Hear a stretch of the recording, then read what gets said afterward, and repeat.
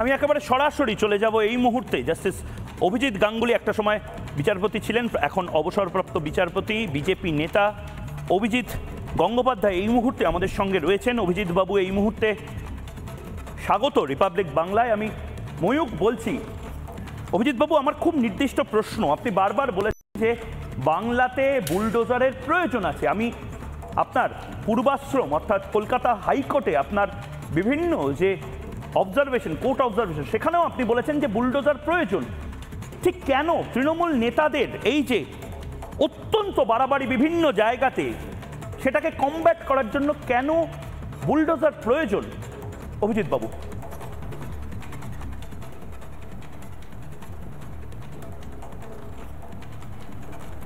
Bulldozer প্রয়োজন এই কারণে যে যত অবৈধ নির্মাণ সেইগুলো ভেঙে ফেলতে হবে, এবং একই সঙ্গে বুলডোজার একটা শক্তির প্রতীক। যে একটা শক্তি আছে, যারা এই দুর্বৃত্ত কাউন্সিলর যারা আছেন, যারা বিল্ডিং ইঞ্জিনিয়ার যারা আছেন, যারা বিল্ডিং ডিপার্টমেন্টের ইঞ্জিনিয়ার, তারাই তো এই ধরনের বেআইনি নির্মাণগুলোর সঙ্গে সরাসরি যুক্ত। তাদেরকে বুঝিয়ে দেয়া যে তোমাদের ওপরেও কিছু শক্তি আছে যা বুলডোজারের ফর্মে দেখা দেয়, এবং বুলডোজার এই বেআইনি নির্মাণগুলোকে গুঁড়িয়ে দিতে পারে এবং দেবে। আমি বিচারপতি থাকা অবস্থায়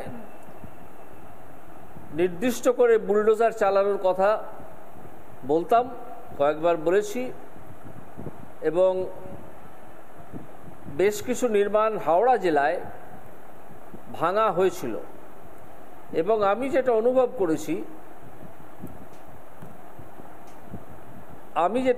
করেছি সেটা হচ্ছে যে এলাকার অবৈধ নির্মাণ হয়েছে সেই এলাকার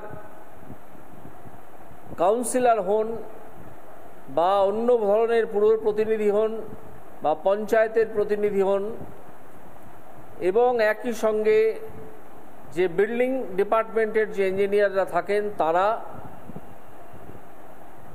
এই ধরনের বেআইনি নির্মাণে অনুমতি দেওয়ার জন্যে কাজ করে থাকেন, এবং তার বিনিময়ে দু হাতে পয়সা লোটেন, দু হাতে। কিন্তু অভিজিৎ বাবু, আজকে ফিরহাদ হাকিম বলেছেন কাউন্সিলরদের পক্ষে কি সম্ভব পাড়ায় পাড়ায় এভাবে খোঁজ নেওয়া, কোথায় অবৈধ নির্মাণ হচ্ছে, কোথায় এই জায়গা থেকে ছতলা বানাচ্ছে, পাঁচতলা বানাচ্ছে ফ্ল্যাট? অদ্ভুত একটা কথা আজকে মেয়র বলেছেন।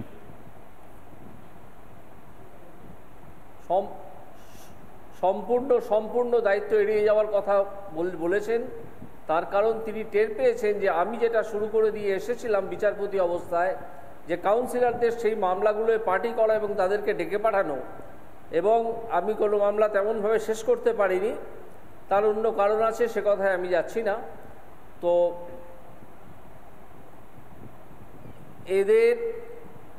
এদের সরাসরি সমর্থন না থাকলে কোনো মতেই একটা বেআইনি নির্মাণ হতে পারে না, এবং প্রত্যেকটি কাউন্সিলর এর সঙ্গে যুক্ত। দু একজন ভদ্রলোক কাউন্সিলর বা কমিশনার যদি থেকে থাকেন, তাহলে তিনি একটা সম্মানীয় ব্যতিক্রম। অভিজিৎ বাবু, খুব নির্দিষ্টভাবে আপনি যেভাবে বলছেন, মানে এটাও একটা যুদ্ধ, এটাও একটা লড়াই। আমি দেখেছি এই যে বিল্ডিং, হ্যাঁ, নিয়োগ দুর্নীতির মতন যেন একটা নতুন লড়াই। এই অবৈধ নির্মাণ দিকে দিকে যত্রতত্র যেন ফ্ল্যাট বাড়ি বানিয়ে রেখে দিচ্ছে, পুকুর ভরাট করে দিচ্ছে। এই লড়াইটাকে কি করে বাংলার মানুষ লড়বে?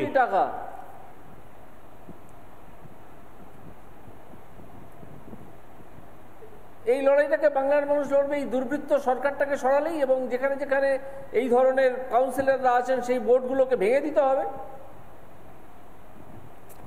কিন্তু পুলিশও তো ধরে নিন সাধারণ মানুষ বলছে যে চোখের সামনে একটা অবৈধ নির্মাণ আমি দেখতে পাচ্ছি।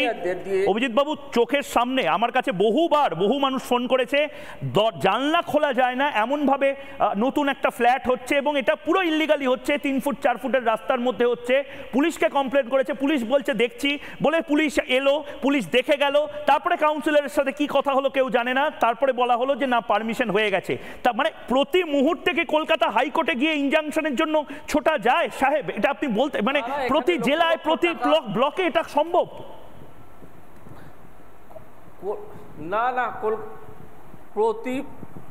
প্রতি মুহূর্তে কলকাতা হাইকোর্টে ছুটে যাওয়া যায় না। তারপরেও হাইকোর্টে সিঙ্গেল বেঞ্চ অর্ডার পেলেও ডিভিশন বেঞ্চ বলে একটা বস্তু আছে, তারাও খুব দয়া পরবশ হয়ে এই বেআইনি নির্মাণগুলোর ভাঙার যে আদেশ হয় তার উপর স্টে অর্ডারও জারি করেন। এই অভিজ্ঞতাও আমার বহু মামলায় হয়েছে। কেন করেন সে তারাই জানেন, ডিভিশন বেঞ্চই জানেন। তো এই কোর্টে গিয়ে তেমন লাভ হবে না। এর জন্য প্রয়োজন প্রতিটা এলাকায় একটা গোষ্ঠী তৈরি করে প্রতিবাদে নামা। কারণ আদালত সব করে দেবে, আদালত তো তার কাজ নিশ্চয়ই করবে, কিন্তু পুলিশ তার কাজ করবে না, এটা ধরে নিতে হবে। তো এখানে একটা গোষ্ঠী তৈরি করে ছাত্র যুবদের বিশেষ করে এবং পাড়ার যারা বয়স্ক আছেন তাদেরকে বিশেষ করে এগিয়ে আসতে হবে। এবং একথা যদি সমাজের মানুষ ভেবে থাকেন যে আমি একজনকে ভোট দিয়ে নির্বাচিত করে দিয়েছি তিনিই সব করে দেবেন, সেই ভাবনাটা সম্পূর্ণ বিধ্বস্ত হয়ে গেছে। সেই ভাবনাটা এখন এই পরিবেশে এসে আর ঠিক নেই, আর সম্পূর্ণ ভুল, সম্পূর্ণ তারা ঠকে গেছেন। সুতরাং এখন মানুষের এগিয়ে এসে সক্রিয় প্রতিরোধ করা ছাড়া, প্রতিবাদের সময় চলে গেছে, সক্রিয় প্রতিরোধ করা ছাড়া পুলিশকে এবং কাউন্সিলরকে এবং ওই দুর্বৃত্ত যে বিল্ডিং ইঞ্জিনিয়াররা আছেন তাদেরকে, আপনি ভাবতে পারেন এক একজন বিল্ডিং ইঞ্জিনিয়ারের কত করে টাকা আছে, সেগুলো কোনো মতেই তাদের জ্ঞাত যে সোর্স, নোন সোর্সেস অফ ইনকামের সঙ্গে সাযুজ্য নেই, কোনো অনুপাতেই আসে না।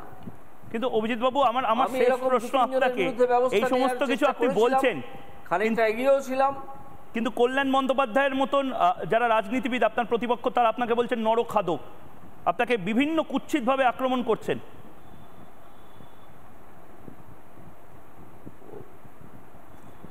ওদের তো আক্রমণ করা কি একবারও বলতে পারছে যে দুর্নীতিটা হয়নি? সেটা তো বলতে পারছে না। তো ওদের দলের লোকেরা সব চুরি করে জেলে পড়ে আছেন, জেলে পড়ছেন। হ্যাঁ, কোন দিন দেখা যাবে কল্যাণবাবুও ঢুকে গেছেন, সেই জন্য ভয় পাচ্ছেন, ভয় পেয়ে গালাগাল করছেন। এটাতে আমি খুব একটা কিছু গুরুত্ব দিচ্ছি না। হ্যাঁ, তো যার যেরকম শিক্ষা দীক্ষা সে সেরকম আচরণ করবে, এই নিয়ে আমার বিশেষ কিছু বলার নেই। শুধু আমি বলবো যে একটা তদন্ত, সামগ্রিকভাবে তদন্ত শুরু হওয়া দরকার। এই বিল্ডিং ডিপার্টমেন্টে যে ইঞ্জিনিয়াররা আছেন, assistant engineer, chief engineer, sub assistant engineer, তাদের সম্পত্তির একটা হিসেব এবং হদিশ করে নেওয়া দরকার। এর জন্য প্রয়োজনে আলাদা একটা টিম তৈরি করে, এই সরকার করবে না কারণ এই সরকার নিজেই চৌর্যবৃত্তিতে জড়িত, তো কিন্তু প্রয়োজন হলে সাধারণ মানুষকে এগিয়ে এসে সেসব বেআইনি নির্মাণ আটকে দিতে হবে।